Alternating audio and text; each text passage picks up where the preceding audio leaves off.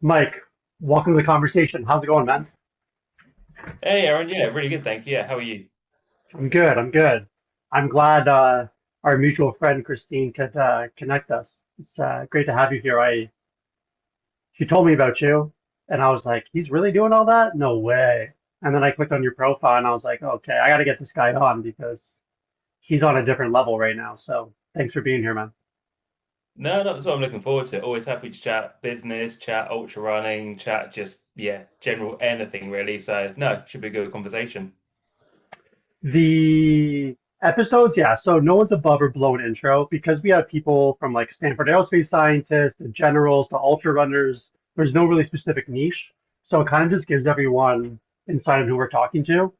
So Mike Samuels, I don't know if I'm pronouncing the last name right, but yeah, so you're an ultra runner. You've had, 10 plus 100-mile races, 200-mile races. You have a pretty epic FKT, which has a great documentary. I think it's like 51 minutes on YouTube now. And you're also a copywriter, a coffee copywriter. And yeah, you've helped scale businesses to millions and millions and millions of dollars, seven, eight figures, and you've actually written for some pretty cool people. One of them is Nick Cheadle. And when I was doing my research on you, it gave me goosebumps because Nick Cheadle is someone that I followed in 2013 when he was working with Lane Norton. And he was actually one of my go-to resources for fitness. So, and he seemed like a pretty cool guy and some good content. So it's really exciting. You've done some pretty great things. When you think about all of the things that I just mentioned, do you think that you are elite? I mean, first off, that was an awesome intro. That was 100 times better than I could introduce myself. So yeah, I appreciate that. A short answer would be no. I don't think I'm elite in any way whatsoever. And I guess that's kind of the obvious answer because no one wants to sound like they're doing the whole humble brag thing. But no, I think I'm very good at when I set my mind to something, deciding that I'm going to take the actions to make it happen. And I think I'm good at working up to my sort of genetic potential with stuff. So I don't think I'm ever going to be like a world-class copywriter, world-class business owner, world-class ultra endurance athlete. But my goal is, I think it's kind of to get into the top 10%, maybe top 5% of as much different stuff as I can. I remember years ago reading a Tim Ferriss book. I think it was The 4 Hour Chef, and he talked about how most people, if they try, can get within the top 5% of pretty much any activity they put their mind to and put the effort into doing so. And I guess that's kind of subconsciously what I've tried to do in anything that's interested me, whether it's been business, writing, maybe powerlifting, not so much. I think my genetic potential was a bit lower for that, but kind of still did okay with it. And yeah, certainly the ultras now. And it's more just a case of I find something I'm passionate about and try and find ways to get within that top percentile without, without ever kind of being the absolute best at anything. Interesting. I saw an episode on Rogan 10 years ago with Scott Adams, and he had a really great philosophy that always resonated with me where most people don't have the genetic ceiling to truly be in the top 1% at anything, but almost everyone can get in the top 10% in a few different things and stack them. Yeah. So when you said that, I was like, I thought you were actually going to say Scott Adams. But Tim Ferriss is super smart, obviously. So got it. You said something there that when you decide, what's your process on deciding on something to go after? I think it's quite organic, but I'm one of these people who, if I know I'm not going to win at something, or if I know that something isn't an activity that really excites me, I don't take it seriously at all. So, for example, I remember years ago I went go-karting with a friend, and I couldn't understand why everyone else took it seriously because I'm like, this is just a bit of fun for me. And so it wasn't that I didn't try, it was more just that I had fun with it completely. Whereas I think if I see something that I want to achieve and I want to do well, that's when I sort of almost reverse engineer the process, as in, what are the simple steps that I can do to get a lot better at this? So to me, it's always been kind of obvious what you need to do, right? I think a lot of people try to over over intellectualize the process of doing something. So they look at something like ultra running and all of a sudden they go, right, what recovery stuff do I need? What supplements do I need? How can I train my gut to eat this many carbs? What do I need to do in terms of intensity, volume, that kind of thing? I like to take quite a simple approach and think, well, what do I need to do? I need to get my body more durable. I need it stronger. I need it fitter. What can I do for that? Let's start with the basics and then let's add other stuff in. And I see it very much as like I never like overcomplicating processes. I'm maybe slightly lazy by default because I never really tried that hard at school. And I would always be the kid who was actually like I get my homework done, but it wouldn't be done to the absolute highest standard. And I was never badly behaved, but I was never that kid who was volunteering answers in class. And it's definitely been a case that I've tried to find the simplest ways to get pretty good at stuff. And I don't like doing more work than I have to. So it's always been a process of what simple things can I do to get myself to the sort of level that I can achieve without going all in on one specific thing. Yeah, got it. So do you think when you think of something like ultra running back in 2021, was it something that like was you're passionate about or got you fired up then to endeavor on that? So interestingly, I'd done a bit of running when I was sort of 15, 16, 17. Just that was more out of I was a bit of a chubby kid. I'd always been active. Like my parents always made sure I played sports. So I played football, rugby, played squash, played tennis, but I like to eat as well. So I was that chubby kid and got to 15 and was like, okay, girls don't tend to go for the chubbier kid, so I'm going to lose a bit of weight. So I did some running back then, but it was very much I think I had like an old, it wasn't a Garmin, it was like a Casio running watch. So I didn't track mileage, I didn't track elevation, heart rate. I just ran a few times a week and did a few 10K races, kind of enjoyed them. I think my PB was like 44 minutes or something for a 10K.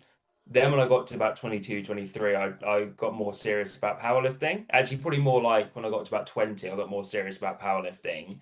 Completely dropped the running because I bought into the idea that you can't possibly do any cardio if you want to get stronger because it's going to absolutely rob all your gains, kill your recovery, all that kind of thing. And then probably like a lot of people, it was in one of the lockdowns we had here in the UK. I just got so bored of training in my garden all the time. So I had a bit of a weight set up out in my shed. But after a while, I was like, I can't do any more walking lunges and burpees and push-ups and that kind of thing. I'm going to start running again. So I got back to doing just a bit. I think I would run twice a week. I would run for about an hour on a Wednesday and about 30 minutes for a faster session on Sunday, but no real structure. And then I thought, "Do you know what? I'm going to enter a half marathon." So I entered a half marathon, which was, I think it was like September 2020, and actually did a lot better than I thought I would. I had no idea how I'd do going into it. And it was a trail half marathon as well. So it had some elevation. It wasn't all flat. It wasn't all on smooth roads. And I think I ran like a 1:36 or something and sort of surprised myself because obviously that's far from an elite time. But I was thinking, oh, if I get 2 hours, I'll be happy. But yeah, did okay. And then I thought, okay, let me try a marathon. And I was actually listening to a podcast with a guy called Ross Edgley, who's done some super crazy stuff. He swum around Britain. He did an iron distance triathlon carrying a tree. I think he's done like the height of Everest in rope climbs. He's done some really cool stuff. And on this podcast, he said that everyone seems to go like 10K, half marathon, marathon. It's a very predictable, very formulated path. And he said he always saw it as like, well, actually, if you want to do something cooler, why not just go straight to an ultra marathon? He said technically an ultra marathon is anything over a marathon. Normally though, 50K. So what, 31 miles, it's 5 miles extra. He was like, if you can run 26.2 miles, you can run 31 miles. And to me, I thought, okay, that's actually makes a lot of sense. I've never been the speediest, but I think I'm fairly durable and fairly resilient.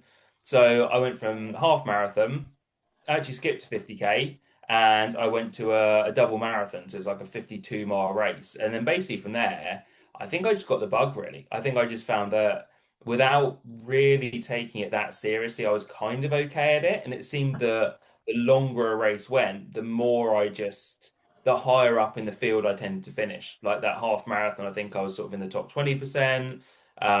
The 52 miler, I was in the top sort of 5% of people. And then yeah, since then I've managed to do fairly well in races, with the common theme being the longer it is, the better I seem to do, basically. Interesting. I'm at about 30 episodes now of all these people I consider world class at what they're doing. And I also get a plethora of messages from people that are getting into athletics in different fields. And when I talk to these elite individuals in whatever craft they're doing, they do this thing that I've heard recently called retard maxing. I don't know if you're familiar with that, but it's making its rounds. Have you heard about that before? No, no. Got it. It's a very silly term, but it basically started with some guy made a video on YouTube a year ago that got millions of views on his back deck, drinking orange juice, smoking a cigar, talking about this term retard maxing, way before looks maxing and all that stuff came out. And then I was listening to a podcast with like Mark Anderson and a bunch of like billionaire tech CEO guys. And Mark Anderson, or whatever his name, I can't pronounce his last name. He's the guy who did like PayPal and he works with Elon Musk. He said, "Oh, my life coach is this guy from YouTube who talks about retard maxing, so that's just how I live my life." And it's why I'm bringing that up is because a lot of almost everyone that I know that's elite that I talk to, whether I know them personally or not, do that, even if they don't know they're doing it, right? Where you just said that, like, why do you have to do the 5 to 10 to half marathon? Why? So my first race I ever did was on a bet as a power lifter. And I bet my friend one summer after was going through a really bad breakup. And I was like, I can run a marathon without training. He's like, no, you can't. And then 6 weeks later, I ran a marathon. I think it was like 4:08 or something like that, which I thought was pretty good for not training. And people think it's crazy, but I think a lot of times, like you said at the very start of this episode, is everyone just overthinks it. Because the questions that I get, I'm sure you do too, is what watch do I need and what carb per hour? I'm like, bro, you just need to go run. The big one is like, well, how do I get zone 2 training? I'm like, you don't because you're not fit enough. Like if you go and run, your heart rate's going to be 160. Just go run. Yeah. Go. I always use the example of if you get a $200 pair of running shoes and you're getting a good brand, Saucony, Nike, the shoe doesn't really matter. Like it matters if you're you now, but just go run a lot. Mhm. Just go do it. And all these people, like the Stanford aerospace scientist, same thing. He's just like, I don't know, man. I just like get up, go on my computer, and I started just working really hard every day. So I find that a lot of people who now, maybe with technology, I don't know, like this, they overthink or they paralysis by analysis when you can just wake up and go. Like, do you feel like that's happening right now and your experiences a lot? Yeah, absolutely. I think it's the curse of having more information, is that you start to think, again, as you said, exactly that, oh, should I eat 50 grams of carbs an hour or 100 grams of carbs an hour? What should my carb sources be? Like, even within those small categories of nutrition, like tech, clothing, shoes, whatever, you can go down so many rabbit holes that I think just tie people in knots and they have that paralysis by analysis. And same kind of thing. I'll talk to people and they'll go, "Oh, I'd love to." Maybe they've run like a 50K or even a 50 miler, and they'll say, "Oh, I'd love to run a 100 miler, but I can't train for it. I don't have the time to train for it." And I'll look at their training schedule for their 50K, 50 miler. I'm like, "You train more every week than I do." And I'm not saying that everyone's training approach should be the same, because I know we were speaking before this about high volume and low volume, and people respond differently to different approaches. But it's that idea that, oh, if I'm going to do a 100 miler, I have to build up to like 100 miles in a training week at 5 weeks out. And it's like, you definitely don't need to do that. There's obviously arguments for getting in more volume, like having more experience under your belt. But I ran my 100-mile PB, which I'll caveat by saying is not anywhere near an elite 100-mile PB. But I ran that with my longest training run being 20 miles. And like that wasn't even a double day. It wasn't on a back-to-back day. It was literally longest run on the block was 20 miles. Now, is that the best approach for everyone? No, but if you can run a marathon in 5 hours, let's say, there's no reason why you can't cover 100 miles in 30 hours, which is often the cutoff for 100 miler, right? A fairly flat 100 miler, you've probably got about 30 hours to do it. most people who are semi-fit and who can do an okay marathon time, you can walk 100 miles in 30 hours. I'm not saying that you can just go in and suddenly hit an 18-hour 100 mile, but as you said, if you don't overthink it, what have I got to do? I've got to cover just over 3 miles an hour for 30 hours straight, even make that 4 miles an hour to allow for some rest stops, to allow to stop to eat and drink, to use the bathroom. It's doable for a lot of people who are semi-fit, but people just assume there's this rite of passage that they have to go through that doesn't actually exist. It's just kind of there in our heads. Yeah, 100%. There in our head, that's a good one. Because a 24-hour 100 miles is about 9 minutes per kilometer. So I don't know what that is, 12 per mile. And that is a fast walking pace. So if you're semi-fit, you can walk a lot of that race and do a little bit of running and save your legs and get that done. Now, obviously, if there's big elevation, that'll change things. But yeah, it's almost like they allow a numerical value to have a lot of power over their emotions, Mm. where you can just get up and just do things. Like there are people with 1 million followers, and they only take a video of them talking in their car about random topics on their iPhone. And there are people that have 4K media teams videoing everything because they have a lot of money and they have 5,000 followers, right? So I'm not saying it's not useful, but my point, I guess, we're getting at is for people listening is that just go, just get out there and get some fucking miles in, and don't worry. Like you're not even in a position to need that any of that stuff. Mm. You can just Yeah, hammer miles.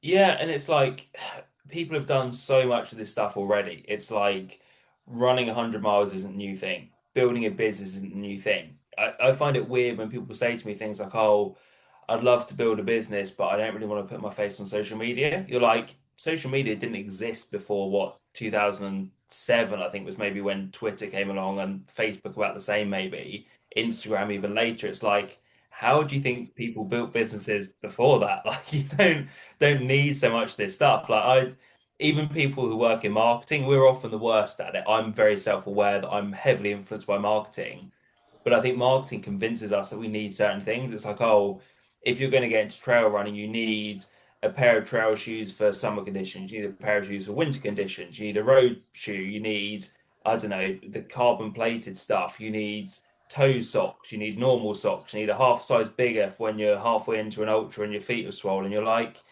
again, you look at how simple some of these people make it. The book Born to Run is a great example of how I can't remember the tribe name now, but the Mexicans, they'll go out and they'll run in just sandals and like, homemade skirts and stuff for running. And you think, again, if you want an optimal performance, should you do that? No, you probably want to look at the nutrition you're having, recovery, all that kind of stuff. But yeah, people grossly overcomplicate the process of almost everything in life. And I'm not saying that.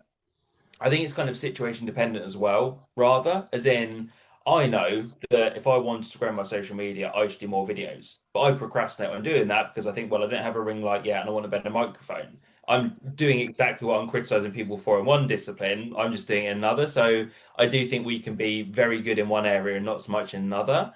But yeah, it's that idea that I think we almost subconsciously look for ways to procrastinate by thinking, well, I need more information on more stuff before I actually start to do the thing. 100%.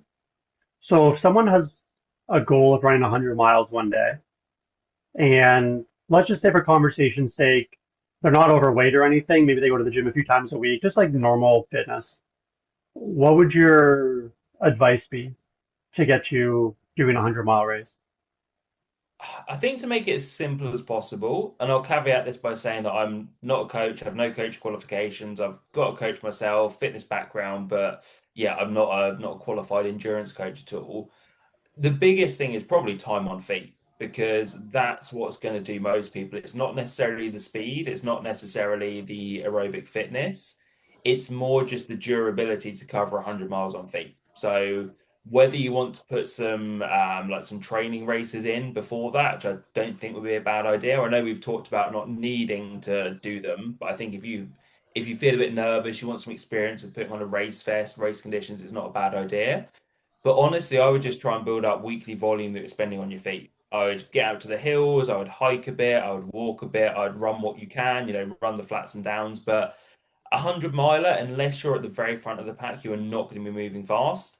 I think I don't know if it's comparable, but I sort of see like for a relatively average 100-mile course, so something that's got a bit of elevation but isn't too savage. I'd say like a sub 20 hour is probably equivalent of running a sub 3 hour marathon.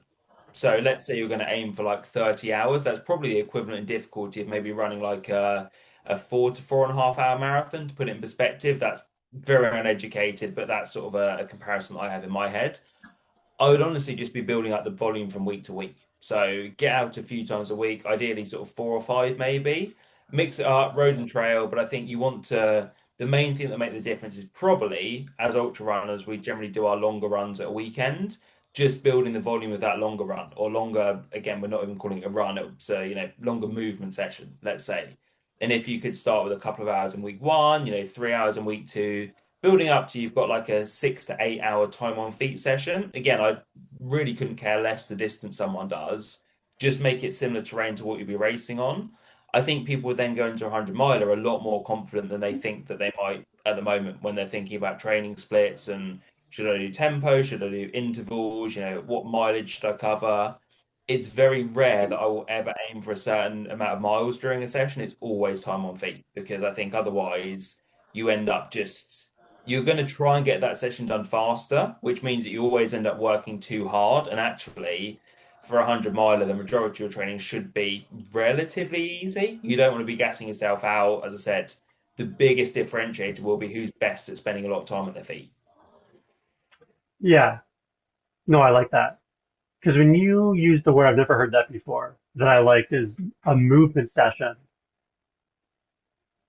Because I find for something that long of a distance, walking is 100-mile training, right? Because if you're walking a lot of steps every day, just for an example, like that's going to carry into a 100-mile race where if you're trying to run a sub 130 half marathon, that's probably not going to help you that much. Yeah. And I think you nailed it. Like when I changed my training before I retired to focusing on time, my performances got a lot better because it was like let's just run on like some of my train most of my like when I ran 127 with two nearly obstructed arteries in my calves before I had surgery, and most of my training was 120 watts on a bike, which is nothing, and I would run 4 times a week, and three of those runs were an hour long, and they're on the treadmill at like 5 speed, which I don't know, that's probably like 8 minutes a kilometer or something. Like that's so slow. Yet I'm running like I can run a 3 minute kilometer kind of deal, right? So I just found like the same thing as just getting that time on feet is super, super important. Are you, hmm, when someone's going into 100 miles and just say, I know you're not a coach, but you give yourself some credit. I think that with your experience, you're far more educated and knowledgeable on this than most people. What would you recommend in terms of nutrition strategy? This is one that I definitely think is quite variable between people. And I suppose my best piece of advice would be don't ever do anything new on race day. I mean, obviously, there might be some slightly different foods. If you're eating at aid stations, you can't always control it. But you want to try and get used to training eating as well. So this is something that I could be better at because I've been very fortunate. I don't really suffer with any gut issues when I run. I've got a bit of an iron stomach, so I can kind of eat anything and always eat a lot of food, which massively helps me. But for most people, I would say that if you can get used to eating on training runs, anything over like an hour or 90 minutes, you should probably be eating something. Obviously, most of it you want to be carb based. You've got the arguments for low carb running and that kind of stuff, but even some of the notoriously low carb runners have now switched away from that. I think they're realizing that because the paces, even in the long stuff, are getting a lot quicker, actually fueling with carbs just helps. So you've got like Zach Bitter, who held the world 100-mile record, is now eating a lot more carbs than he used to. Killian Korth, who just finished second at Cocodona, has gone from like a keto approach to, I think he said that he was eating up to about 90 grams of carbs an hour for like 50 something hours at Cocodona. So I definitely think get used to eating carbs and kind of different, or sorry, not differentiate, work out what you respond best to. So whether it's because I was that chubby kid, whether it's got a big appetite, I like eating food. So I don't tend to eat that many gels. I'll always take gels out with me, but I much prefer, even if I'm running at a higher pace, I prefer to eat things like cereal bars, like even sandwiches and stuff. Other people can't stand that. They hate having a full stomach. They'd much rather have carb gels, carb chews, carb mix that they put in drinks, anything like that. But I think work out what you respond best to and don't be afraid to fuel. That's a big mistake a lot of people make is they think, well, I'm not really hungry or I'm not moving that quickly, so I'm not going to bother eating. It always just comes back to bite you, especially in the longer stuff, and it's quite difficult to recover. You can recover it, but I've had it before when I've been like, oh, for me, it was more when I've raced in summer what I found is when it's hot, I drink a lot more water. And if I'm drinking a lot of water, your stomach gets full, you can't take in as much nutrition because you're like, it's just too uncomfortable to eat. So the worst race I ever had was it was ended up being on the hottest day of the year here in the UK. And I remember being it was a 24-hour looped race, and I got to like 19 hours in, and I felt the worst I've ever felt. I was moving slower than I've ever moved in 100. I felt absolutely terrible, and it was because I hadn't eaten enough. My stomach was full of water, but I didn't have a carb mix. So I was trying to cram in gels if I could. I was trying to eat real food on top, but was probably eating no more than about 200 calories an hour, and it just felt like death. So yeah, that'd be my main piece of advice would be understand what your body responds best to. And also probably have a mix of stuff as well. Most people find they get too much palate fatigue if they just have gels or just have chews or just have a drink mix. So don't be afraid to mix it up a bit as well. Yeah, got it. Yeah, because most people aren't Jim Walmsley, where you're running the entire race and you probably eating a lot of food is probably hard to run that pace. So yeah, I would agree. I think the longest event I ever did was 20 hours, and it was a combination of running and pull-ups. And people find it surprising, but I eat Nutella, a lot of Nutella, because I figured out that a jar of Nutella is it's crazy, man. It's like 7,000 calories or something ridiculous. So I just realized that I could just get a big spoonful. If I get one big spoonful in an hour and stay hydrated, like Mhm. one big spoonful of Nutella can or two could be five, six, 700 calories, right? So I know it's like pretty fat heavy, but there's a lot of carbs in there from all the sugar. But I would just do that, and it's enough calories. So I found for me that doesn't have an iron stomach, but not necessarily a lot of GI issues, like looking for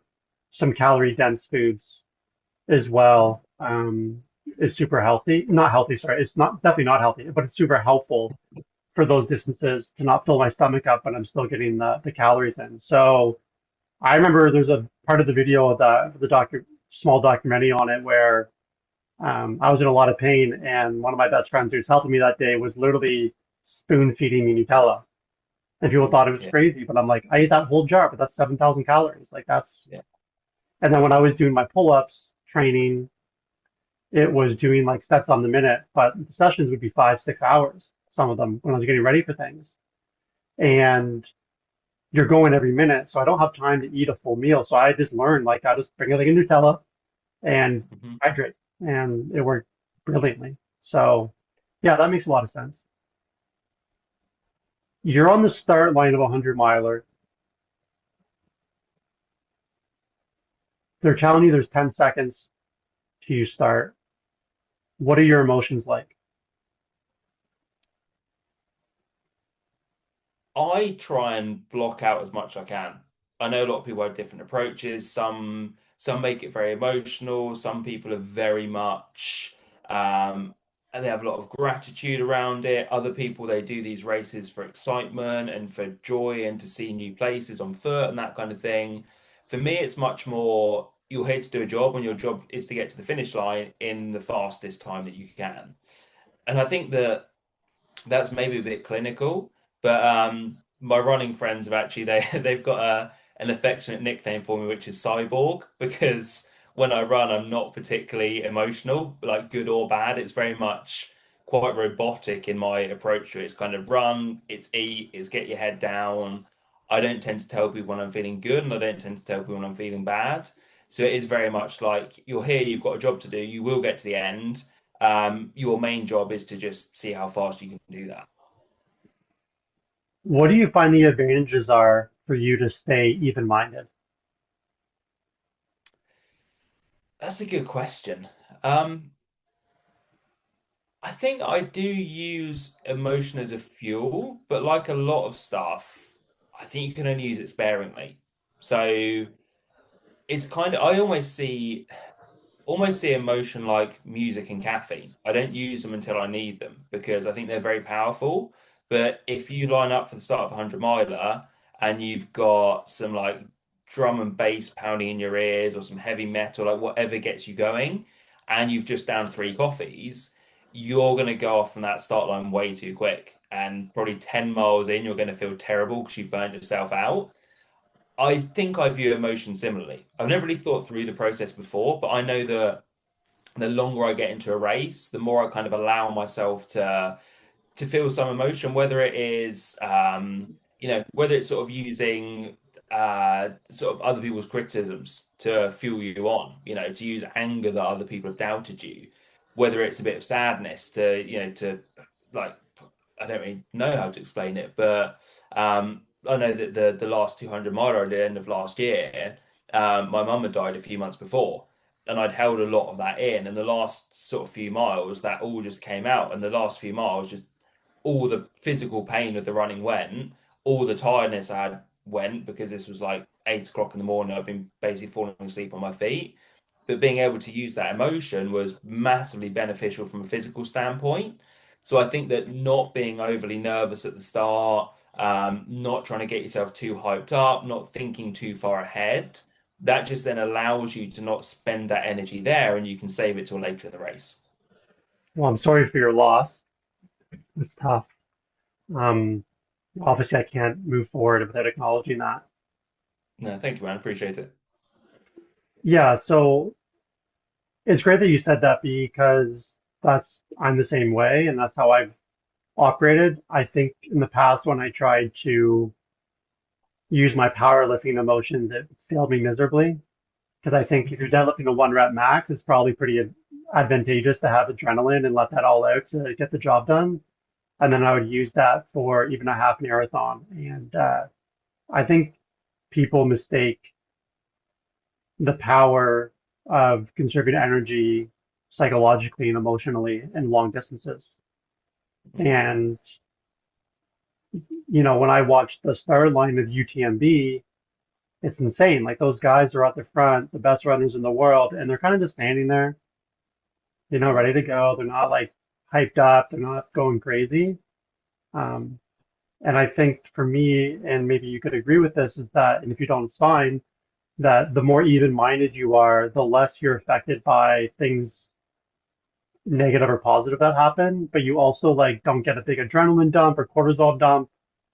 And then you can actually, like you just said, you can conserve that for when you actually need it, which is probably near the end of the race Mm. to to pull from that. Yeah, I certainly find that it's quite interesting because you mentioned the FKT that I've got. So that was doubling a certain race route. And I remember I'd done the race itself, the 100-mile race, twice before. And their start line is amazing. But it's amazing for the fact that it does exactly what I don't like at the start of a race in terms of they always play Kashmir by Led Zeppelin and they've got like smoke blaring out, it's super loud and you feel so pumped, but then you absolutely sprint down like the bit of it's on the coast, but you sprint down sort of this bit of road next to the sea. Within like a mile, you've covered the first mile in like 6 minutes 30 or something, and you just feel after that you're like, oh crap, I've got 99 more miles to go. But then doing that as part of the FKT, it was just me and a few friends. And the start was so different because you could keep very calm. We just had a countdown and started on my watch. It was almost like there's supposed to be more fanfare here, but there isn't. And actually, that just allowed you to ease into it a lot more. And I really enjoyed the first kind of 30 to 40 miles of that because you just not spent that energy and it was there to use later. So as much I love the big hype up starts and yeah, the stuff like UTMB or I did races across Scotland over in the UK and they start with it's very traditional Scottish starts. They have the bagpipers with their kilts and all that kind of stuff, which is amazing. But for me, I don't like it because it gets you very fired up. And as you say, you can't like race across Scotland took 66 hours. You can't maintain that energy for 66 hours straight. Do you fear the pain cave? I don't think so. No, I think that it depends what type of pain it is as well. As in, I think like any sane person, if it's stuff like foot pain and blisters, I'm not a fan of that. I want to try and avoid that as much as possible.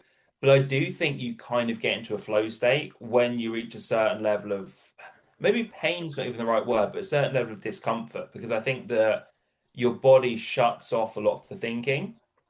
And for me, it's one of those weird moments. Like I'm terrible at switching off mentally. As much as I love my work, I definitely think about it too much, and I find it challenging just to sit there and do nothing.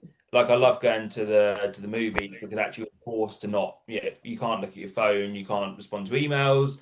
But if I'm just sat at home, I'm a nightmare for trying to switch off and not being able to in that certain section of a race, the distance you're in varies, but when you reach that point where you're like, this is just uncomfortable now, it's almost weirdly freeing because you're not thinking about anything else. You are literally just thinking, I need to get to this, not even to the end. I need to get to this next checkpoint. I need to get to my next point my cruise at, whether that's 5 miles, 15 miles, whatever. So I think I almost look forward to it. We often sort of refer to it as the ultra bubble. You're in that bubble for a day, 2 days, however long it is. Yes, it's uncomfortable, but there's a weird peace and calm around that pain, which, yeah, I think I kind of look forward to. Yeah, it's good. I mean, you're checking off all the boxes on sports psychology for performance. So, which is something Andrew Huberman. Are you familiar with Andrew Huberman? Yeah, yeah. He calls it the unconscious genius, Mm, where people through their experiences, just say yourself an ultra, have learned all of these things psychologically that is now very evident in research to be the best processes for success. So I mm, think it's interesting when I talk to people who say that they're not super educated on the topic, yet they're genius at it. Because as someone who spent a lot of time studying sports psychology and coaching lots of athletes over the years to high levels of performance, being someone who looks forward to the pain cave or the ultra bubble do better mentally. mm. So it's great that you've obviously, I mean, you figured it out. You're crushing it, obviously. But I find it's one of those things where you're not going to run 50 miles even, but a 100-mile race, you're not going to run that without being in pain or discomfort. And I think having a fear complex before and when you're in it um, is more harmful than good because you're creating a fear or an emotion of that sense to something that is impossible to avoid. Mm. And Yeah, I think that makes a lot of sense. Yeah. Sorry, Karen. no, no, you're good. But the only difference with you is that you tie in being present as the advantage, which is quite interesting. I haven't heard that one before, where the pain cave makes you present and you can't think about anything else. So it allows you to look forward to it. Hmm. Yeah. I'm gonna have to think about that a lot over the next few days and explore that. Hmm. Sorry, you got me kind of paused up a little bit, which isn't super common for me. The because like when I started looking forward to the pain cave, it wasn't that perspective at all. It was more that it's a privilege in the sense where yeah, I've worked incredibly hard, and it's a privilege to be in this place because you can't get to that place unless you're really good at what you do and you work really hard for it. So it's a gift, really. I guess like Yeah, chosen suffering. yeah, I have that as well. I sort of always understood the concept of it, but never really got it before I started getting into ultras. But I do think that it's a bit cliche, but it's true. Like we're all going to die one day, and also we don't know what's going to happen tomorrow. We're very lucky if we can do these things physically, mentally. Um, I remember actually it's really brought home once. I was only on a training run. It was only like, I don't know, a few miles, say like 5, 6 mile training run. And I was just thinking, oh, this sucks. I hate it. I was just bored, right? I didn't particularly want to be there. I had a lot of work to do. Went on a very boring route around my house or just outside my house and local area. And I remember sort of as I was coming back to the door, it had like a minute left and was just thinking, oh, I can't wait for this to be over. And I passed a couple of kids who live locally who are severely disabled and they're in wheelchairs and they literally got the use of their hands and that's kind of it. And I was like, what on earth are you complaining about? Like, you get to go and run. Like, yes, for you, it's a boring run, but could you imagine that most people who are in a position where they're not physically or mentally able, how much they would give to be able to just get up and go out the door for a 6 mile run? So, sort yourself out, stop being so entitled, and remember that, as you said, it's a privilege. So, again, I'm not immune to being like, oh, I've got to go on a run today, or think, oh, I just want this race to be over. I just think that's human nature, right? You can't stop yourself from feeling like that, but you can kind of snap yourself back in and go, other people can't do this, I can. And also, I don't know how I'm going to be in, you know, 6 weeks, 6 months, 6 years, whatever. I might not be able to do this anymore. So let's enjoy it while we can. Yeah, before we get into the FKT attempt, something that you might not know, I don't know if we talked about it, but I actually now technically I'm medically disabled after my surgery with my arteries. And yeah, I'm just never going to be able to run again or even go on hikes and stuff like that. And whenever I talk to younger athletes that are really fucking good, the thing that I always tell them is just enjoy the gift, right? Because Mm. for me, like I was crushing it. I was going after pull-up records. I was doing these podcasts. Like I was on top of the world. I was getting, laid a lot more than I ever have because of all this stuff. Um, and then, yeah, one day I have symptoms and they progressed to me where I am now. And probably the only regret that I have two regrets in my career. And number one is I didn't train more.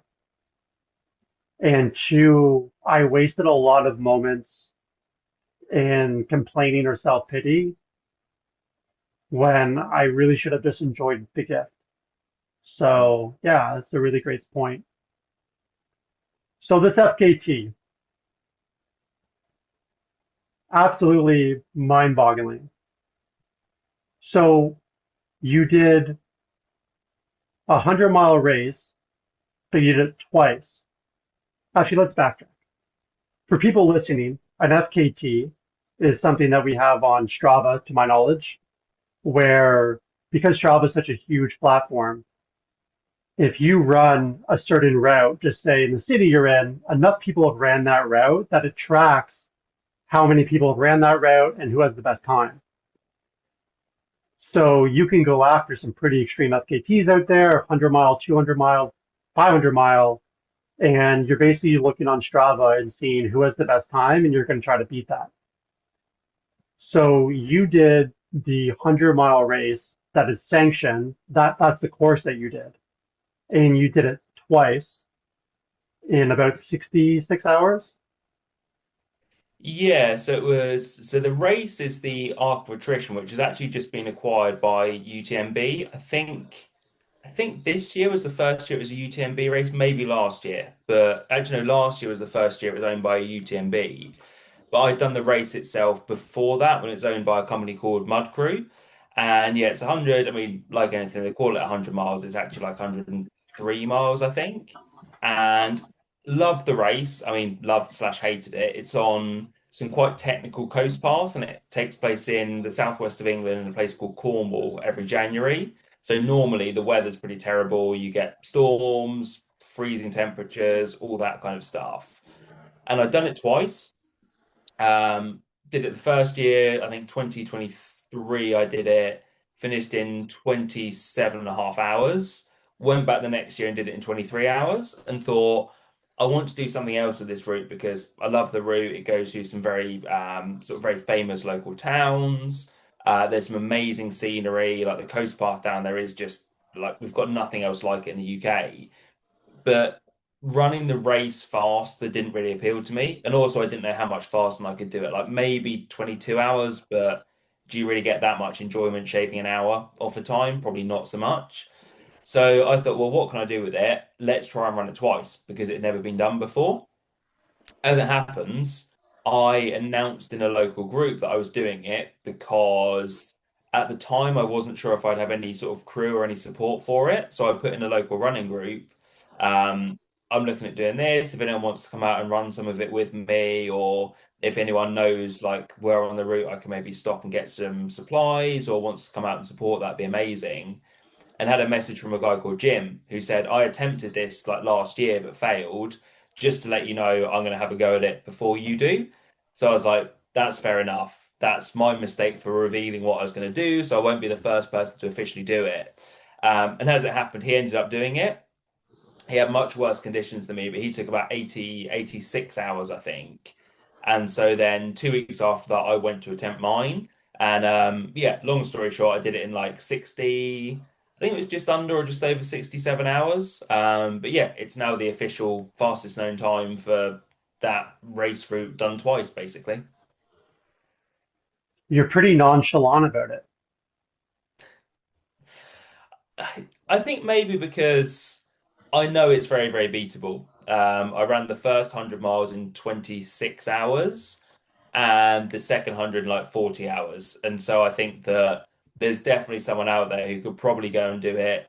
Even if you took the same length of time for the first 100, I think coming back in more like 34 hours is definitely doable. So I'm kind of just waiting for someone else to knock like 6 or 7 hours off it. And I have no intentions of going back, so they're welcome to do it. No, that's fair. Yeah, because we can all play that game, right? Where it's like if Jim Walmsley decides to go after that FKT, he doesn't, you're fucked. I mean, we all are. It's Jim Walmsley. He's probably the best ultra runner in the world right now. Um, does being the first person or the best person motivate you more to do something? That's a good question. I think probably being the best at it, but then I also think, well, being first is pretty good as well. Being first is almost like laying down the gauntlet, I guess. But yeah, if I had to pick, I'd probably rather go and do something that 100 people have done before and run it quicker than all of them. But I'm also not going to complain about being the first to do it properly. Got it. Yeah, I'm always curious because some people are more motivated by being the first to do it, but which I don't know, like I don't think anyone is more or less impressive because if you're the first one to do it, I think there's a lot of admiration for being brave to do it, right? Like no one's ever tried this before, like no one's done it before, and I'm gonna just break that barrier, right? I guess you could look at like the Roger Bannister effect, if you will. So 26 and 40. So at what point in that race or FKT attempt did you enter the ultra bubble slash pain cave? The point at which that happened from a negative standpoint was about 130 miles in, I think. So if anyone's familiar with the coast path down there, which I'm not sure you're sort of split of US and UK listeners, but anyone who's familiar with the southwest of England and has done that route, there's a place that's quite notorious called Zena, where basically it's almost like Mordor. People refer to it as like as yeah, the Mordor of the route really, where you're climbing over boulders, even if you're moving quickly. I think Tom Evans, who's a really good ultra runner, ran the 50-mile version of the race, which is the second half a few years ago. I believe he set the record on it by quite a distance. even he was moving through that section at like 7.5, 8 minutes per kilometer, which shows you what the terrain's like if he's moving it that slowly, so to speak.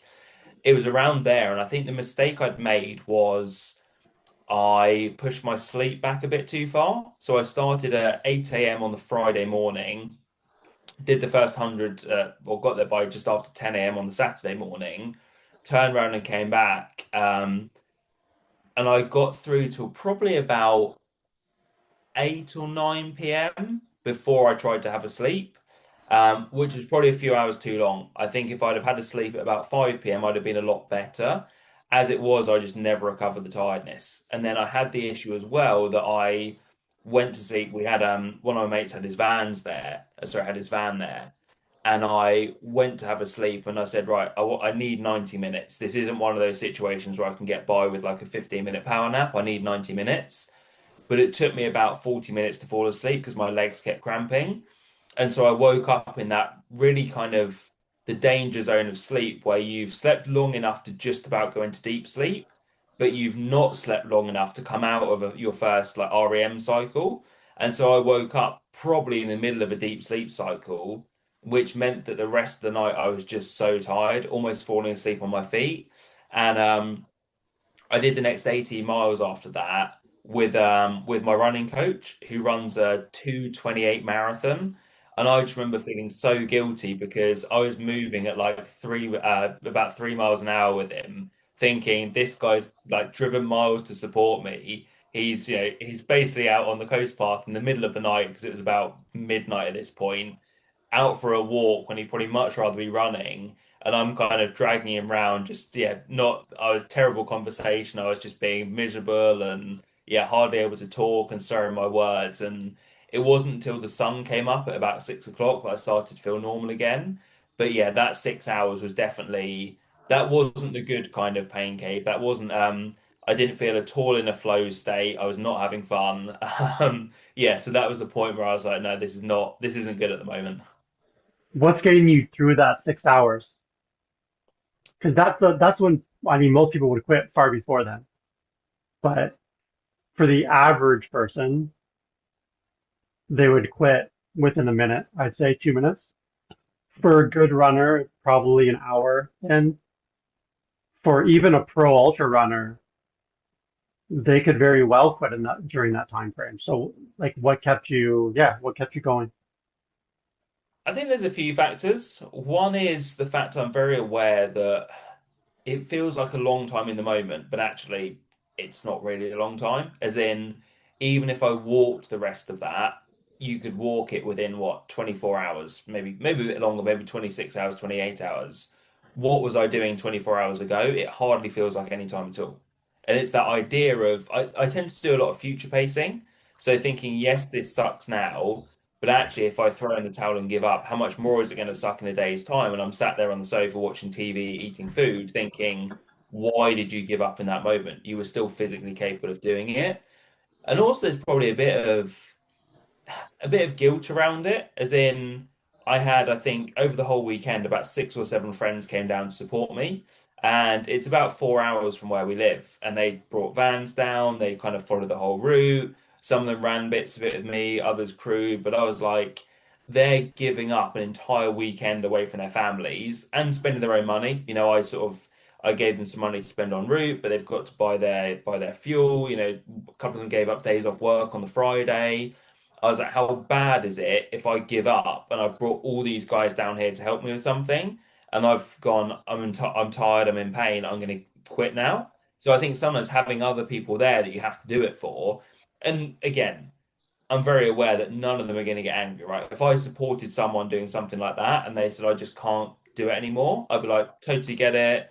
I feel really sorry for you, feel bad for you because I want you to do well, but I'm not angry, I'm not upset. It wasn't a waste of my time. So logically, you know that they're going to feel like that as well. But in my head at the time, I was thinking I can't let other people down. So sometimes I think having that, we're told that guilt is a useless emotion to have.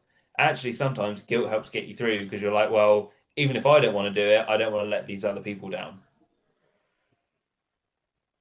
Yeah, how selfish would you be to quit on the people that are giving up all their free time for you?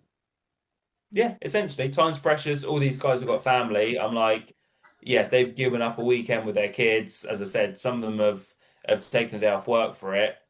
Yeah, you have a word with yourself, and even if you have to crawl the next 70 miles, that's what you're gonna do.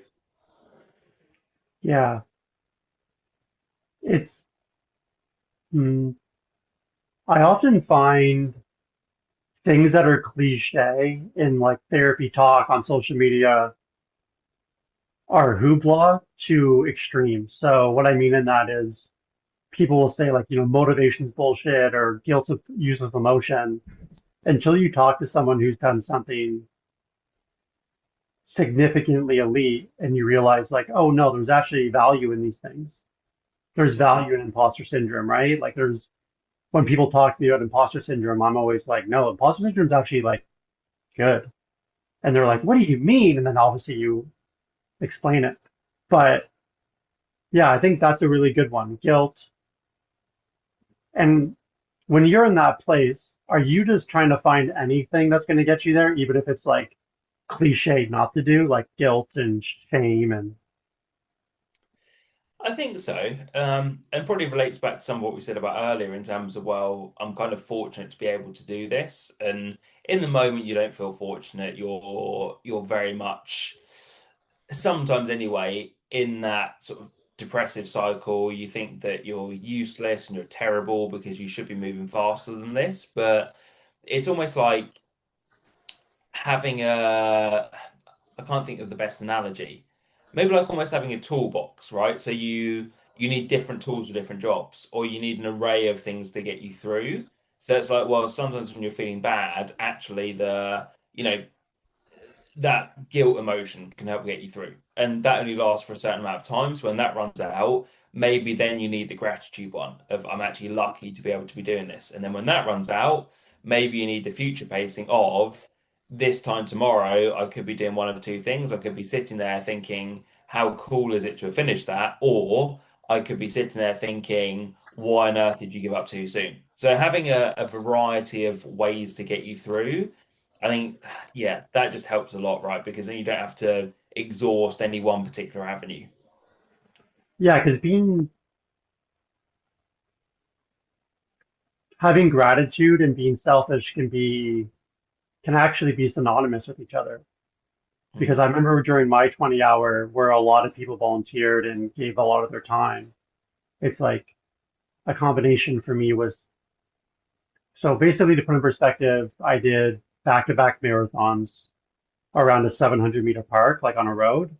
And then I did 1,500 pull-ups right after. And it was like a 20-hour event. And I've never felt more gratitude in my life to have all those people there. And that was synonymous with being selfish in the sense of like, yeah, how can I not run and get this done? Because at the 50, I don't know, 5, 6 years ago now, I'm so washed up, but it was like around the 52nd kilometer, my big right toe, I think it was my right toe, was in a lot of pain. And then when we took my shoe and my sock off, it was super swollen. So right away, one of the guys that was there, he's like a world-class wrestling coach and a mentor of mine. So he's like yelling, like, put his socks back on, put his shoes back on, like you don't want whatever. And I remember, I'll never forget it. My best friend my whole life, I was like, I don't know if I can like run with this toe like this. And he's like, you don't need your big toe to run, use your heel. And I did. I just like heel struck the entire 30 kilometers on my right foot. But I guess that gratitude, selfishness kind of was synonymous to that process. So you finish this, you take your last step to finish the FKT. What emotions are you feeling? There was a lot of relief there, I think, because I put a lot of pressure on myself to do it. I think I set quite high standards for myself, and I'm disappointed if I think I'm below a 9 out of 10 for performance and effort. I'm always disappointed. So there was relief there because I feel like that was a 9 out of 10 effort. Um, yeah, and I do. It's weird because I sort of we had the documentary about it. In the documentary, I think they actually asked me a similar question at the end, how do you feel? And I was like, I don't really know. I tend to process things in the following days. It's almost like this is done now, so you can switch off completely. Let's kind of process the feelings and emotions later. I know I was very grateful because I had most of the crew guys were still there at the end, and one of them had run the last sort of what was it, last sort of 10 miles with me, I think, maybe even a bit longer. And the other one had joined us to sort of the last mile, and I was, yeah, super grateful to both of them because they'd really got me through, like both of them just being so positive and sort of motivating in a way. They knew exactly what to do and when. So when I needed positivity, they were positive. When I needed to be told, like, just shut up and get on with it, they were very good at doing that as well. So it really was actually, again, slightly cliche, but I was super thankful that they were there for it. I think had I finished completely on my own and just gone out and done this and had no support or crew, I think it would have been quite different. I think it would have almost felt kind of a bit empty. And it's interesting because I'm not comparing these for 1 minute, but I remember I watched a documentary a few years ago about when England won the Rugby World Cup in 2003. We'd never won it before, and the a guy called Johnny Wilkinson won it for England with the last kick of the game. And he said that it was the best moment of his life when that ball left his foot and it was up in the air and he could see it was going over. And he was like, I know this is going over. I know we've won it.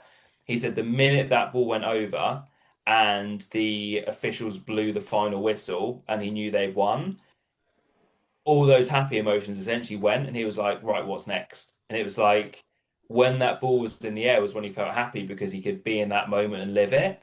Once it was done, his brain immediately switched to future pacing and thinking, right, that's out the way now. What are we going to do next? And I don't think mine was quite like that, but on a smaller level, there was almost that thinking of this is done, so time to set the next challenge, which is kind of depressing, but I don't know, I kind of like that as well. Yeah, got it. Do you think you're an addict? Um, that's a good question. Um, Not necessarily to running and to ultras, but I think to I think to doing difficult physical tasks, probably. As in, if you told me that I couldn't run anymore, I would be incredibly upset and angry. But I would find the next closest thing to do as quickly as possible and put a plan in place to try and get to a similar level again. So I suppose, yeah, in that sense, there's addiction tendencies to wanting to do difficult physical things. Yeah. When I look at some of the best ultra marathoners in the world, a lot of them come from addiction pasts and backgrounds, as we know, from Jim Walmsley, drinking a lot and almost committing suicide, the list goes on. And I believe that most people who do insane ultra endurance feats of whatever sport, whether it's Ross Edgley doing ropes or people do, or Cam Hayes' son doing the pull-ups, I almost think that you have to have some kind of an addict mind. And I just don't see it any other way. And maybe I'm just stubborn in my thinking. And I also think when we hear the word addict, we think obviously like heroin and negativity around it. But I also have this weird inclination that if a lot of people weren't addicts towards ultra athletics, they might be addicts with other things if they got their hands on it.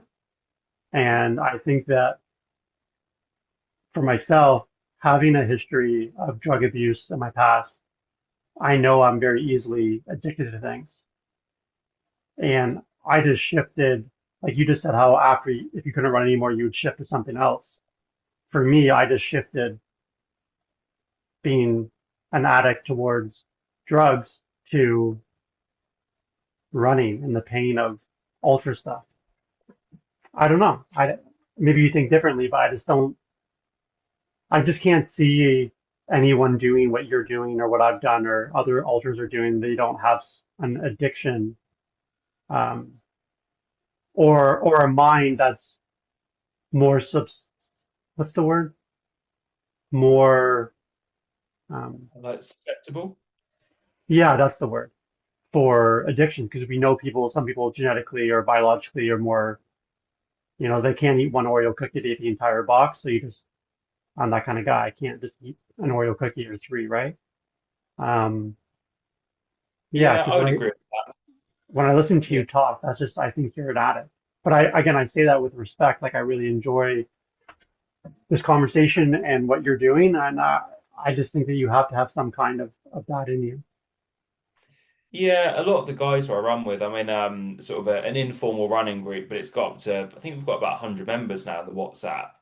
And I'd say, I'm only guessing, but I would say probably 20% at least have come from a background with a proper addiction, whether it was drugs, alcohol, gambling. So yeah, I definitely agree with that. I think I tend to see two types of people. It's either the addiction people, so to speak, and then at the other end, I see the people who are very data orientated and who love a process. So like we've got guys in my group who are much more like have come from an addiction background and they're very much like I'm just going to run whatever I want to run this week. I don't care about pace, I don't care about time. I'm just going to run purely on feel. And then we've got other guys who are maybe they work in like data or they're more science based and they absolutely love a spreadsheet. They love examining splits and they're sort of looking at the data on Strava. And I think it's weird because in all other areas of life, those two people would often not meet at all. But ultra running seems to attract the two ends of the spectrum. I look at again, you mentioned some names there that come from addiction backgrounds. I look at also someone like John Kelly, I think he's won the Spine a couple of times. He's finished the Barkley marathons. He's like a data engineer or something in cybersecurity, and he's kind of almost not the opposite, but again, he's very much. I think his addiction is to processes and just working through something. Because you listen to him, he's super calm. He sort of seems very normal, so to speak, but again, his thing is like planning. It's when he's going to do the spine, he's looking at, okay, how much time do I think I can save if my waterproof jacket weighs 310 grams instead of 350? And can I carry a slightly thinner roll mat because that's going to save, this many grams on my kit? It's like, yeah, I find it interesting. So I think there's different types of addiction, but I definitely agree that because it is a hobby that takes so much out of you, both time wise, energy wise, you're putting your body on the line. And again, we can argue about actually probably this kind of thing is injuries are less prone than maybe like constantly doing road running, but you're still risking injury when you go and do it. I don't think it's the kind of thing that you can take half measures with, really. Not if you want to do well. You do need, as you said, somewhat of an addictive personality. Yeah, for sure. Yeah, you're right though. Ultra running is weird. It's like the sport that I think has the the greatest like range of humans because you can have, some corporate guy in a three-piece suit and he's an ultra runner. But traditionally ultra running, when you and me probably looked into it or when we look back on like the 2000s when it became more popular, it was a lot of hippies and a lot of like um I don't know what the word is, but not like cave people, but like they're just very like living in a van kind of personalities, and they're really good. And now, as the sport's grown, you have people that like Courtney Dauwalter, who's like this. My favorite part of the podcast on Rogan was he goes, "Where are your demons? Like, I don't see any demons when I'm talking to you." She's this like cute, bubbly personality, science school teacher, and she's beating David Goggins in his prime at a 200-mile, 240 race at Moab. It's like, yeah, it's so weird how many people are from different walks of life that get into it. You have no idea. When I was in the corporate world wearing, yeah, fitted suits, and people found out I did ultra stuff, the looks that I would get was pretty interesting because I was just looked like some bro corporate finance dude, but I was actually like this savage. Um, do you consider yourself a savage? No, not at all. And again, I don't say that out of modesty. It's more just like, well, I think that that's maybe, I don't want to use the word problem, but I think sometimes people try and label themselves as one thing in all aspects of life. And it's like, I'm a very different person when I'm in a race compared to in something else. So, like I mentioned earlier, if I'm going to do something whereby I don't think I'm going to be that competitive at it, I just have fun with it. I'm very chilled, I'm very relaxed. Like I just couldn't really care less about it. Um, Whereas I think if someone labeled themselves a savage, they'd be looking at everything they did as a competition. And for me, like 10 to 20% of my life, I'm super competitive in. The rest of it, I like to think I'm fairly relaxed, fairly chill, fairly happy-go-lucky. So yeah, I think in certain instances, I'm definitely, whether savage is the right word or not, I don't know, but definitely it is like there's a certain raw sense of emotion, of passion, of even a degree of controlled aggression. But I don't think I really carry that over into much other stuff. Yeah, like it's interesting when I think about what got me into the pull-ups, for an example, was David Goggins. And we all know his personality and his persona. And I really embodied that I'm a savage guy. But what ended up happening with me is I made that my identity. So even like at work, I would have that mindset. And what ended up happening was is that every single thing that I did, because I'm quote unquote a self-proclaimed savage, I took everything so seriously and I took everything to an extreme. And when I was at my best performances before I had to medically retire, I learned, like you just said, where in certain environments I would let that out or I'd be a savage, but it's not it's not sustainable for, I would say, almost every person to try to be a savage when you're doing everything in your life. Mm. Like there has to be some kind of yin and yang, you know?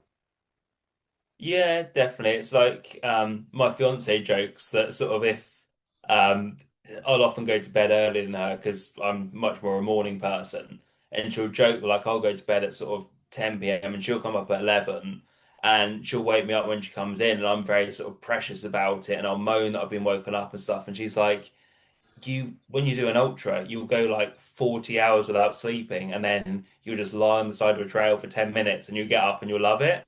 Like, why are you complaining that I've woken you up for 5 minutes in your nice bed with with comfortable sheets?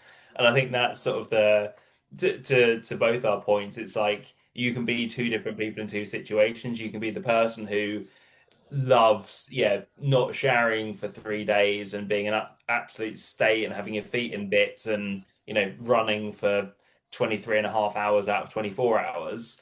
And then on the flip side, 2 days later, you can be that person who gets annoyed because they've been woken up 15 minutes before their alarm and is going to miss out on 15 minutes sleep. So again, I think like that's the danger with having an identity is that you need different identities for different scenarios. And if you try and carry one identity into all aspects of life, that can often just be pretty tiring and it can make you act in ways that potentially you don't want to act in.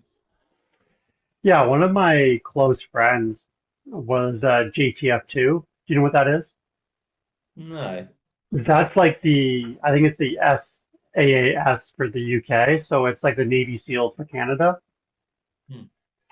So yeah, there's like, I think 200-ish of them in Canada. And obviously they're some of the most like well-trained human beings in the planet for many different disciplines.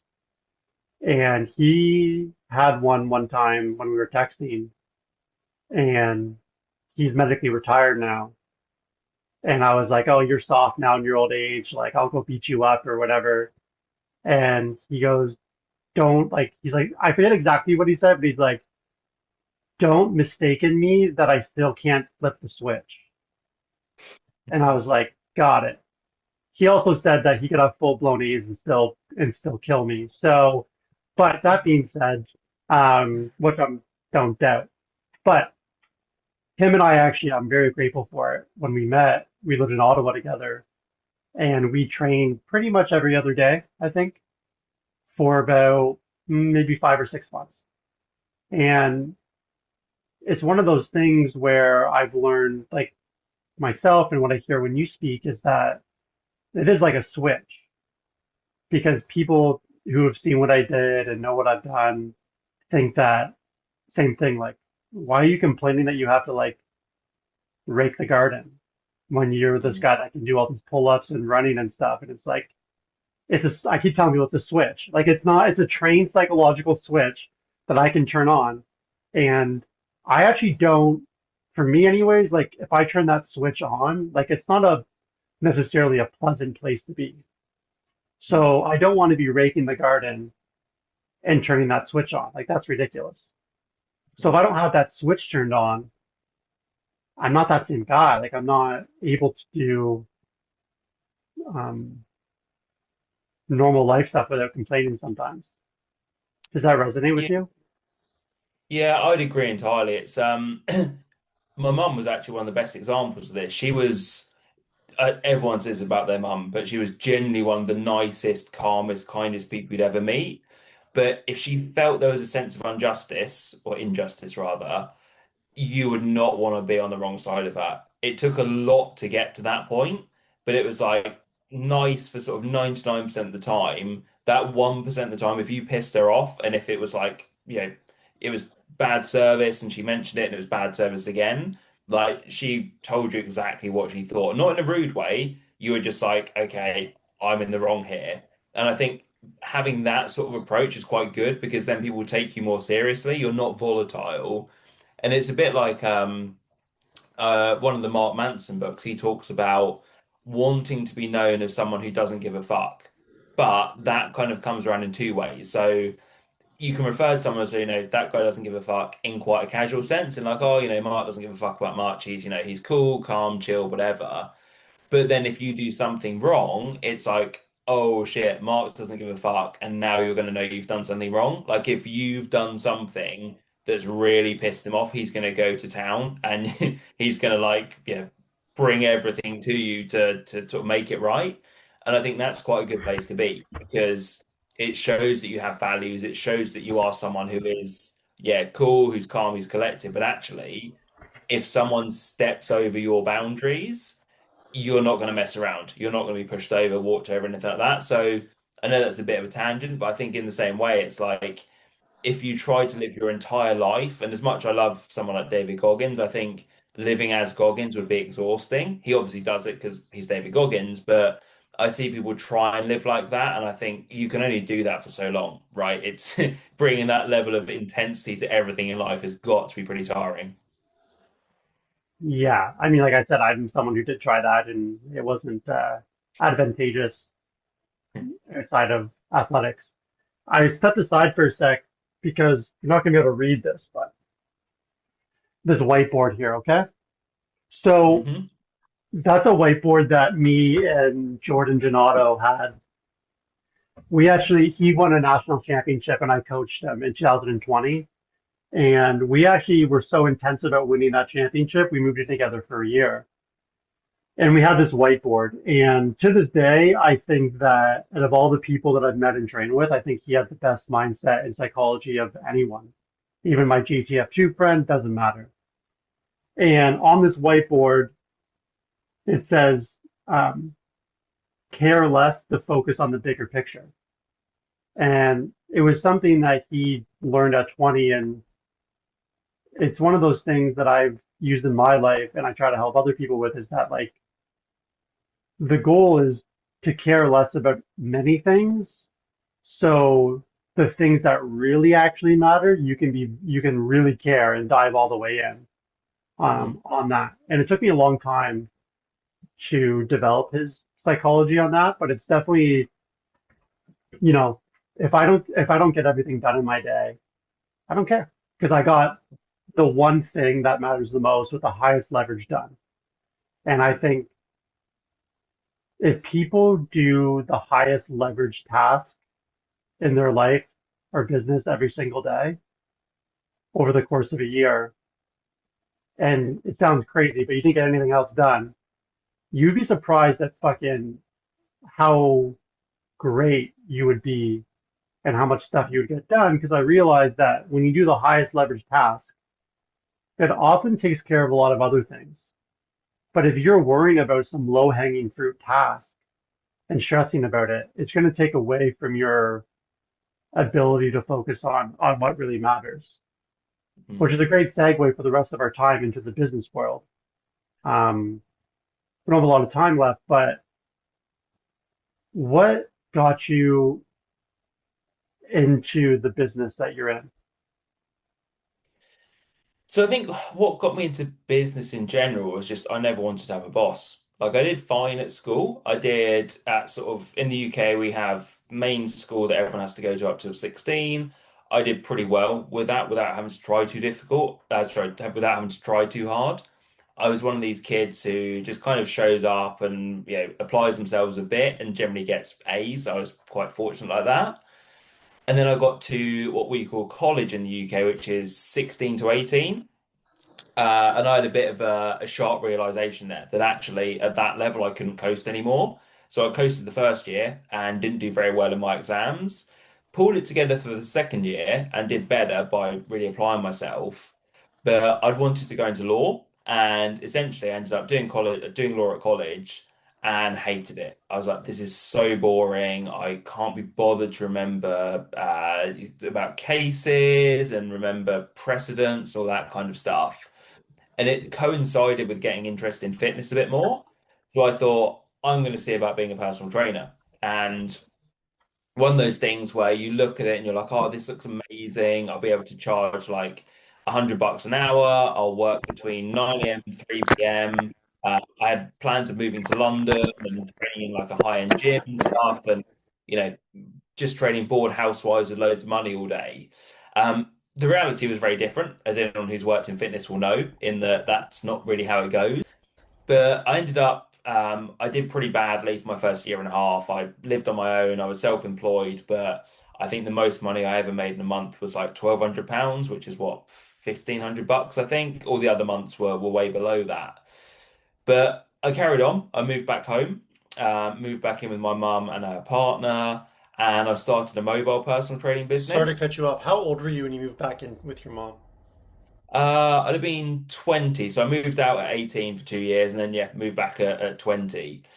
Yeah, started a mobile personal training business, and that kind of took off. It was in the time when no one really did content and no one really did blogging, and I was big into both. I was reading a lot of the fitness sites at the time, so things like T Nation, Elite FTS. I was reading Men's Health magazine because this was what like 2010 when that kind of stuff was still pretty big. So yeah, I just like grew the business through doing that, really. A bit of SEO, which wasn't that difficult back in the day, and really enjoyed it for a time. But then I just got really busy and burnt out. So I think I was doing, at the peak, I was doing 52 hours of personal training a week. And where I was doing it mobile, I was driving between everyone's houses. So it was literally up at like 4:30 most mornings, leave the house straight away, wasn't getting home till kind of 9 p.m. Most days. And I think I managed that for about 18 months and just found it exhausting. I mean, again, there's worse ways to make a living, but I was like, this isn't what I got into this for. And that was when I switched into online coaching. So again, sort of to shortcut the journey, just grew it very gradually to begin with, got to the stage where most of my income was coming from online clients rather than in person. And then over time, just gradually wound down the in-person stuff and built up the online. And then I think it was about 2015 I had a few online products that I sold, like some ebooks, that kind of thing. Other people started to approach me and just said, I'm a fitness professional. I want to go online or I want to sell products. Could you help me with that? And I was like, I don't really know, but probably what do you want help with? Because I can do social media, email marketing, I can write sales pages because I've been learning a bit of copy on the side. And that was kind of just how it grew, really. So you mentioned Nick Cheadle earlier. He was one of my first proper clients. I think I started working with him in probably like 2014, actually, maybe a bit before that. I used to write all of his blogs for him. And then, yeah, the last decade, it's just gone from essentially helping fitness professionals with their marketing to helping other businesses. I've done stuff in the high ticket space. I've done like e-commerce copy. I've sort of done a bit of business coaching. These days, I tend to work with a lot of coaches, a lot of consultants, a lot of authors. that's been the shift more recently, is that obviously with AI coming in, there's a lot of people who are happy just to use generic AI copy. Most of my clients, they've built their reputation on their opinions and their voice, and they do a lot of speaking from stages. They're on a lot of podcasts, they've got YouTube channels. They can't risk their written copy sounding like AI. So that's kind of who I generally work with now. So yeah, I suppose that's like the last 18 years in about 3 minutes, really. Yeah, no, got it. Yeah, when I use, because I like to write a lot, and I'm definitely not the writer you are, but as I've gotten better at it, when I write and I put it into AI and I'll say, edit this, they'll change not only any grammatical errors, but they'll change the words and move things around. And it just, even when I put in AI, look at all of the stuff that I've written, make all of my edits sound like me, it doesn't do it well enough. So what I've done with AI is I'll write and I'll put into AI and I'll just say, I only in all caps want you to correct the grammatical errors. And Mm. that's it. So it still Yeah. sounds like me. But nowadays when I'm on social media, I'll read people's stuff and you can just tell it's not, I mean you can see like the hyphens and stuff that AI always uses, but I think it's lazy. I think it's disingenuous. Mhm. And I think that AI is an amazing tool for, I learned how to do a decent podcast in 2 months, and I would have usually taken 2 years because when I bought a camera, I was like, how do I do USB streaming? And it would tell me step by step, which is amazing. But I don't know. I just find that people that outsource their creativity to AI are missing the mark. What do you think? Yeah, that's basically exactly what I think as well. In terms of people are using AI for the wrong stuff. They're using it for the things that should be their own unique opinions and their voice. And honestly, I there's a very small number of people whose writing has probably got better with AI because it was so bad before. Everyone else, and I predicted this would happen, but it's happened a lot faster than I thought it would. The adoption has been so rapid that, as you said, it's just very easy to spot. And it's either you spot it in the sort of very what's the word? This is the wrong word, but the very physical stuff. So it's like the dashes, the it's not X, it's Y type phrasing. The words it uses like shift, like delve, like lean in. We do this quietly, all that kind of stuff. Even if people get rid of that, there's still that underlying subtext that is very much the flow, and everything just sounds very similar. It's like very robotic, it's the same patterns, all that kind of stuff. And to me, if you're any kind of thought leader or anyone who is paid for your ideas and creativity, and even if you're just a coach for fitness, I think you're paid for your ideas and your creativity, it creates a massive amount of distrust. And people, whether consciously or subconsciously, their thinking has got to be, well, if this person's outsourcing their content to AI and their copy, what else are they outsourcing? Are they just going to outsource a program to AI? Are they just going to, I'm going to send them questions, they're going to say to AI, how to answer this? And so for me, I predicted that we'd start to recognize AI copy in about 4 or 5 years' time. It's basically happening now. And I think if you're using AI for that kind of stuff, you've got maybe like 12 to 18 months left before you just can't do it anymore. And this goes down a lot of rabbit holes, but basically the way that AI works, it's built on what's out there already. So if there's more AI copy going out there, it kind of doesn't matter how great your prompt is, it's still going to draw on AI copy that's already been created to create your new copy. So unless something radically different happens with it, we're just going to have more and more of that. And for me, similar to what you said, it's like I use it for stuff. I'm not anti-AI, but I think the way that you use it efficiently is very, very different. Like I'm using it at the moment for some legal stuff that we're doing, and I'm trying to do as much research as possible so I can then go to the solicitor and say, here's what I found. Does this make sense to you? Can you action this? And then instead of him charging me, like his £450 an hour rate, that might only take him 10 minutes. And it means that my bill's a lot less. Like for me, that's a smart way to use it where I'm taking complex information saying to AI, treat me like an idiot and just break this down for me. Research as well. I think there's some really exciting stuff happening in sort of commerce with it. So like we're not too far away from you being able to go to AI and say, I did it earlier actually. I was like, okay, these are the current pairs of trail shoes I've got. I like this pair for this reason, this pair for that reason. Here's some stuff my podiatrist said. What other pairs would make sense for me? And it picks out three pairs. I think that's really clever.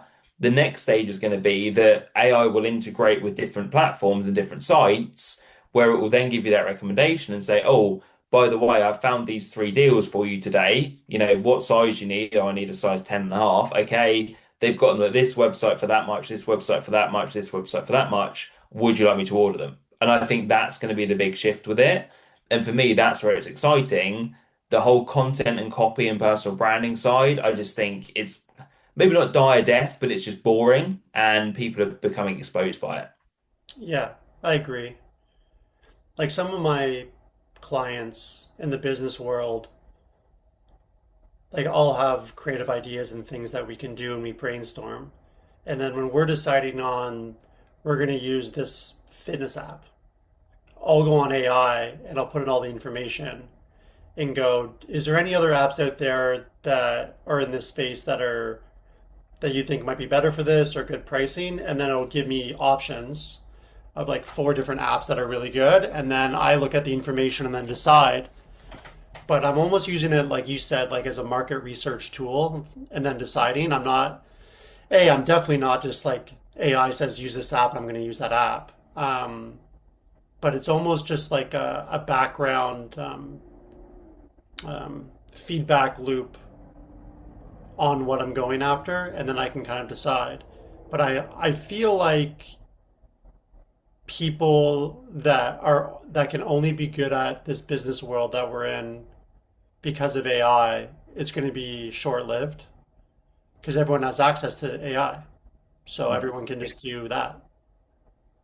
Yeah, like I was at a mastermind 3 weeks ago, I think, and we were sort of joking there that there are some guys in that room who are super switched on with AI, but they weren't making it their personality. And we sort of joked that actually the people who are, they're the ones who 2 years ago were a crypto expert. And then last year they were, I don't know, like an expert with Go high level. And right now they're an AI expert. And next year they're going to be something else.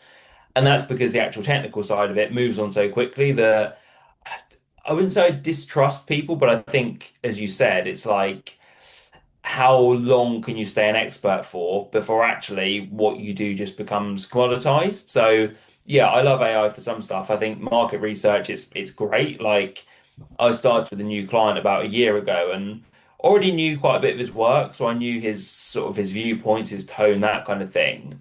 But I took the transcripts from about 5 or 6 workshops he did, along with a couple of the PDFs of his book and a few podcast transcripts, fed them into AI and just said, can you give me a breakdown? I think it was like 20 sort of outcomes that he helps people achieve, 20 problems that he helps solve, 20 words or phrases he uses a lot, and then the key principles behind his programs.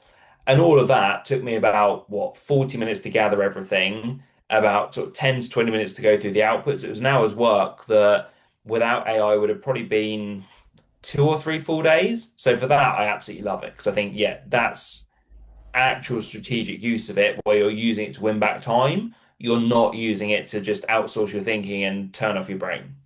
Yeah. Yeah, I think I'm on the same page as you. Like for me, I'd probably say for the business side of things and why people pay me is my greatest skill is developing really efficient workflows. And I look at someone's operations and I see how they're operating, and it's kind of like a nightmare. They don't have really good workflows. And when I developed really good workflows was when AI didn't exist and I was really struggling and I had to get really good at what I was doing. So I had to become really efficient with my time. And I just developed like even just like small low hanging fruits, right? Like speaking into my iPhone to set reminders in the moment. Like, I'm in the fly, I'm having a conversation. They're like, can you remind me about that tomorrow? And I'll be like, I'll put it on my phone, right? Like, remind blah, blah, blah.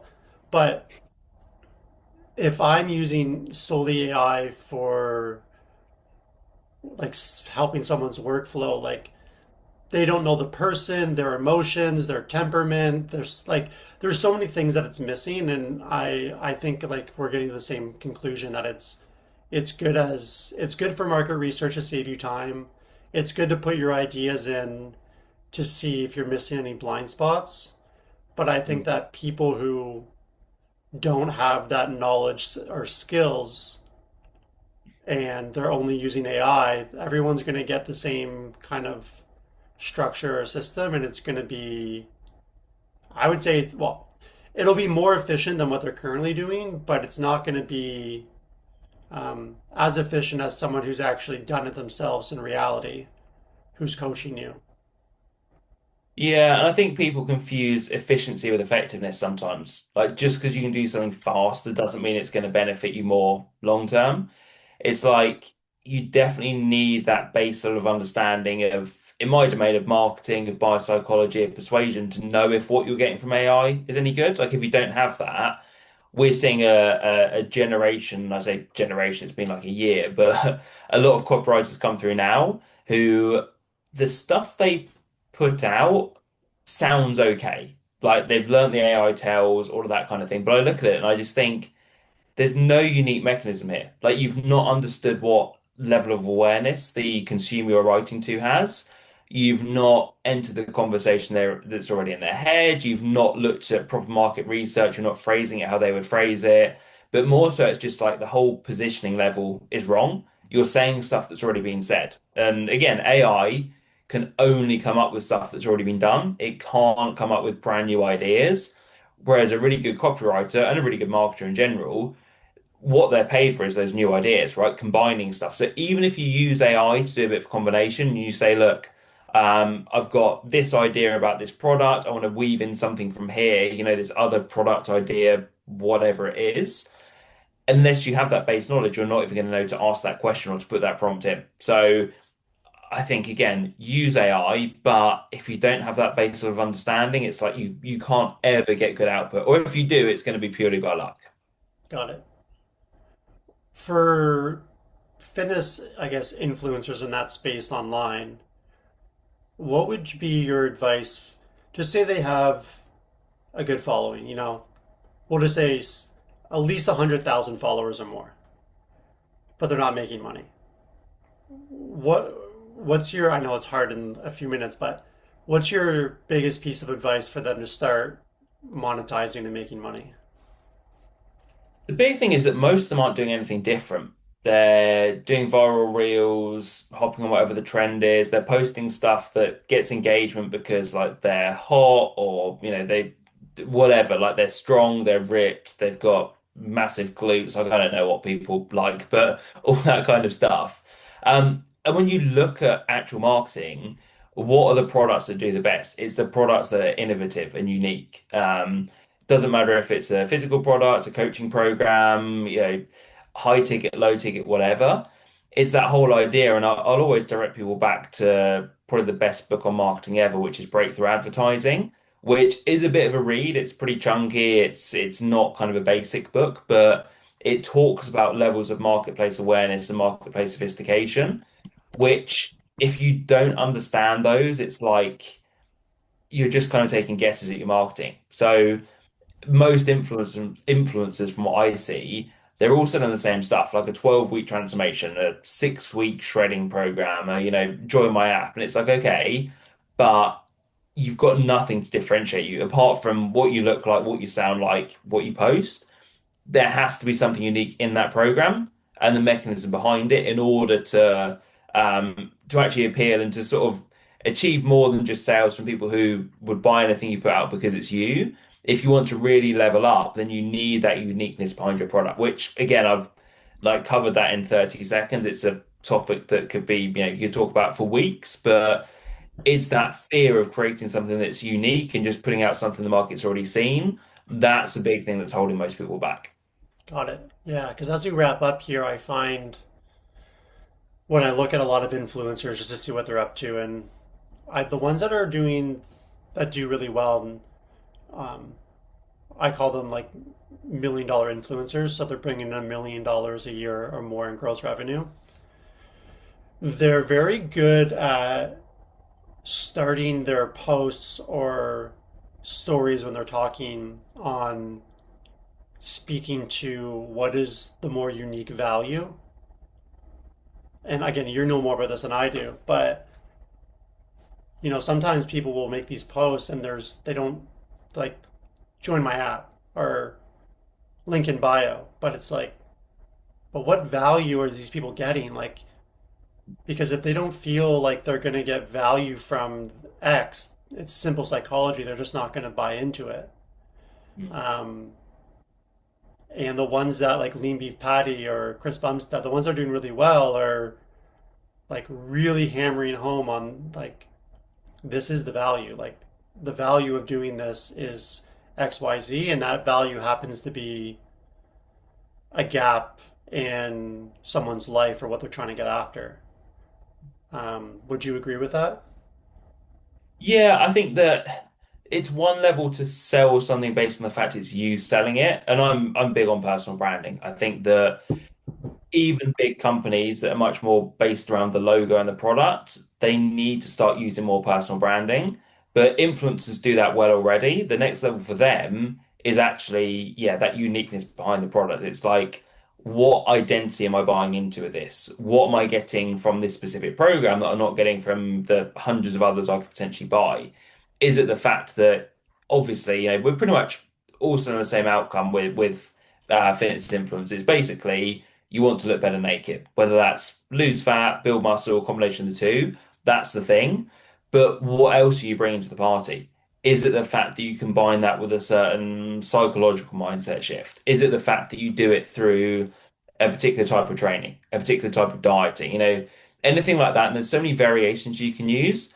That's why, as much he got a lot of criticism, someone like Charles Poliquin was so successful because everything he did had a specific mechanism behind it. It wasn't just, build fat, lose muscle. It was, what did he have, like German volume training? I think he had OVT, he had sort of different tempo training stuff. He had his unique mechanisms with diet, so like the carb window, the meat and nuts breakfast, the supplements he recommended, Poliquin biosignature, all that kind of stuff. Yes, a lot of the sort of more evidence-based fitness professionals scoffed at it, but ultimately he was kind of one of the original fitness influencers because he had that personality, he had the brand, but he also had the unique mechanisms behind it. So yeah, look at someone like him who absolutely crushed it before the days of having millions of Instagram followers. A lot of it was because he had unique ideas. Got it. And as we wrap up here, because I'm going to go a minute over on you, I'm sorry. Um, So it's yeah, it's one of those things where all of these fitness influencers that look really good and are jacked that are selling, a program, like you can you can click and buy any one of their PDF programs, and if you follow it, you're going to get results, right? Because the programming is going to be good enough for someone who doesn't know anything about programming, they're going to get good results. But what is going to get them or people to buy your program or your app versus all the other fitness influencers in the world? And I think like you're talking about like unique branding and um, having a range of different products in that sphere that are going to get them results. Because if you're selling a powerlifting program, you're probably not going to get a lot of women that are trying to build really big glutes, which is super popular. So why don't you have both? Why don't you have a glute building program? Why don't you have a fat loss, like different ranges of offerings is what I heard in that. Kind of correct? yeah, yeah, it's specificity. It's so easy to be too mass market, but very difficult to be too specialized. Unless you're specializing in like one-legged vegan CrossFitters who can only lift on Tuesdays, like yeah, there's only a certain market of that. But outside of that, don't put out a CrossFit program. One of the best bits of advertising I saw recently was for a gym in Austin, and they were literally a gym that specialized in rowing for CrossFitters. They were like, we know that a lot of CrossFitters suck at their rowing and want to get better. We've got specific classes just for that. And I thought that's great because CrossFit is no longer a niche market. CrossFit is a mass market. They've looked at it and thought, how can we have a really solid, very unique offer within that mass market? Let's just offer rowing. So again, if you're like coaching CrossFitters, could you do a specific, fat loss pre-competition for CrossFitters? Could you do something that's like Olympic lifting specifically for CrossFitters? And obviously, there's a differentiation between Olympic lifting for people who only do that and Olympic lifting for CrossFitters. Could you do a cardio guide for CrossFitters? Like, there's loads of variation you could have. If you're solely just selling a generic program for CrossFitters, there's hundreds of thousands of other people doing that. If you're selling, 20-minute assault bike workouts for CrossFitters, you're probably the only one doing that. So don't be afraid to lean into the niches. Got it. My final question for you before we end this is, if this is the end result being right now because the future hasn't happened yet, if you could go back in time to when you were 20, what's the most important thing that you would have done differently to get to where you are today? It's a very good question. What have I done differently?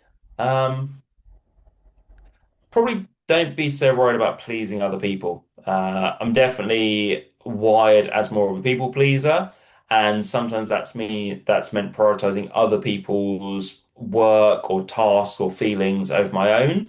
And that's something I'm trying to get better at right now. So not being afraid to upset people when actually, I don't owe them anything. Not to sound like a dick, but yeah, as a recovering people pleaser, I think that putting more stock into myself would be the one thing I'd tell myself to do a bit more of.